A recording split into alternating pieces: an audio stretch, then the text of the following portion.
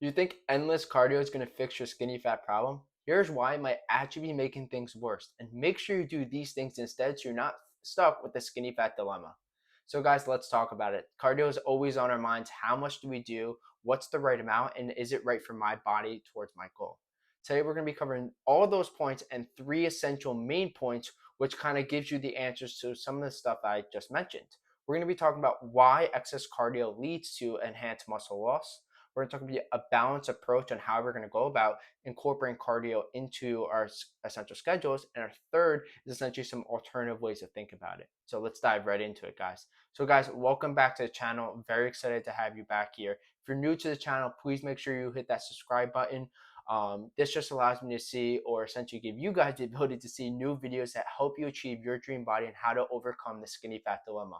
I break everything down that I've endured on my 7-year journey and how you guys could speed it up in not years, but months or even weeks just watching some of this free content I put here. I put everything I know in these videos here, and anything I could do to help you achieve your goal is why I essentially do this, because my passion for fitness. So guys, let's get into it. Thanks again for watching the channel. So let's talk about, guys, why excess cardio is such a big problem. A lot of people over rely on cardio because they essentially, it burns more calories. Well, yes, that is true. Cardio does burn calories, but there's always proportionate amount of cardio you have to do towards your goal. And your goal should be determined what kind of body, what kind of physique do you essentially want to achieve. Is it maintenance? Is it essentially, maintenance as staying the same? Is it essentially losing fat or shredding fat? Is it gaining muscle? You have to incorporate certain levels of cardio towards your goal and towards essentially the physique you want. So, for example, if we're going to be doing the ability to get leaner, to shred body fat, of course, we're going to have some cardio in it, but we're not going to just be relying on it 24/7. We're going to be relying on strength training to build that muscle and, of course, the nutrition to complement it. But a lot of people just think that, the more cardio I do, the more calories I burn, the quicker I'll lose my tummy or my love handles, whatever you guys want to call it, when that's not the case. We have to make sure we're dropping our body fat percentage. Our body fat percentages allow us to essentially lose that excess fat and to essentially have our abs show once that fat is gone. And once we start working this out, then our abs will essentially pop because we've removed that fat that was essentially covering the abs, in our stomach, or maybe the extra fat in our love handles. So we have to correlate that doing excess cardio does not mean essentially we're going to achieve what we want. We have to have the right amount. And I hope I made that very clear for us that excess cardio is not the answer. It's a good, complement towards what we're doing. And that's how you should look at cardio. Cardio should be a complement towards what you're doing. Unless you're running for a marathon or an Ironman, I don't know what you guys are doing. But if you guys want to achieve your dream body like I have, please listen to these essential frameworks that that's helped me get my body I wanted at a quicker rate. So I hope some of those points essentially cleared a lot of things up. But now let's talk about why doing this excess cardio and what's a more balanced approach about it. So guys, when you're starting your workouts, you should not be starting with cardio. I'm gonna this is a big some person might say A, other might be say B. It's all preference based. But again, guys, there are studies that show that, or even for myself, I kind of relate everything to myself, because studies, guys, are studies for everything, but you should be able to relate to what works best for you and your body and towards your goal. And I found that when I do high intensity cardio before my workouts, it doesn't give me the ability to have a high output on the volume I want to lift, the ability to get the full mind muscle connections when I'm working out, and I just feel lethargic and tired after running 3 or 4 miles. I like to do cardio after, because it allows me to get the full exertion on my muscles and use all my energy predominantly towards the strength training that I essentially want to achieve towards my body. That's really important because a lot of people, essentially rely on cardio 80, 90% of everything, and don't, neglect strength training when that's not the case, guys. We should be using cardio as maybe you want to implement 2 or 3 sessions a week on days off from your training, so it doesn't take away from essentially the ability for you to build your muscle. Because when we know that the more cardio we do, the higher intensity it is, and that gives us the ability to take away from our strength training to essentially push our muscles or exert our muscles to the full possibility of the weight we want to do. If we do more cardio, we're not going to be able to lift this amount of weight because our body's going to be lethargic. We're going to be tired, and we're not going to have the energy to do this. And guys, I've tried it all. I've done everything. I've done cardio before. I've done cardio after. I've done running every day. I've tried it all, guys, and you should only be resorting to cardio as a balanced approach. And the balanced approach I want to show you guys is you should be implementing your cardio on days you're not strength training. Your cardio should be anywhere from 2 to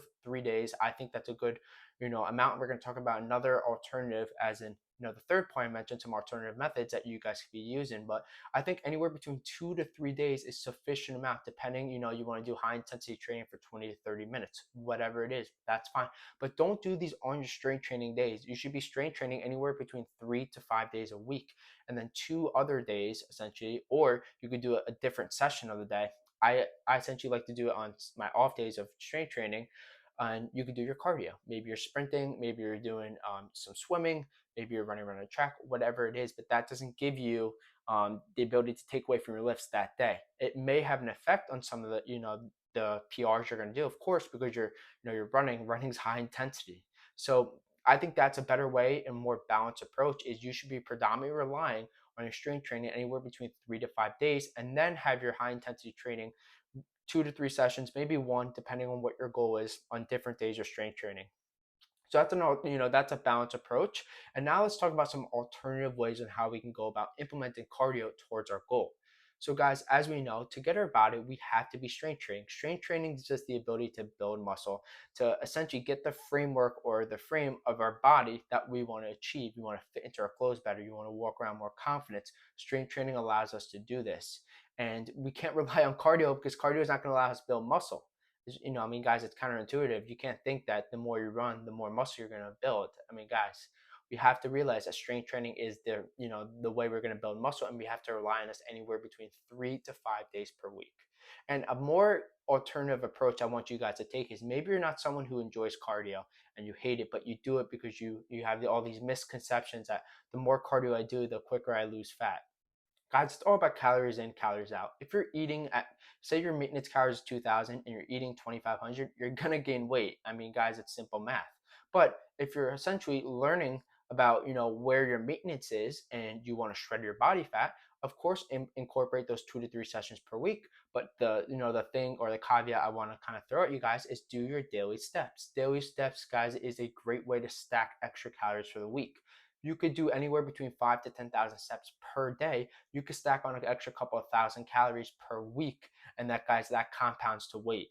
That's just complementing on top of the strength training and top of your calorie deficit.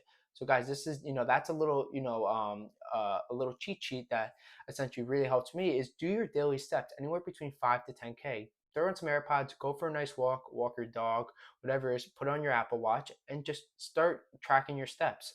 This is the ability to burn more calories. It's not taken away from your lifts, because we know when we do low intensity like walking, it has no effect on our strength training, and it allows us to build or keep the muscle intact, counterintuitive from the point we mentioned at point one, when excessive cardio makes us essentially lose this muscle. So guys, daily steps is the way to go, and what you guys should be doing is anywhere between 5 to 10,000 steps per day. If you're someone that is starting their journey, fine, do anything between 2 to 5 and then work your way up. Don't put a number towards where you're starting. Just get a benchmark of what's sustainable for you, and then slowly increase it as time goes on. Do stuff that's sustainable, that you essentially enjoy doing, and complement your lifestyle. Fitness should not be something that's unenjoyable, guys. There's all forms, there's all different types for all different people. You should be able to do what you like, and that is the best way to sustain it for long term, because we know fitness is an endless journey. It never stops, and we will never stop doing it, because it's the ability to be our best selves every single day.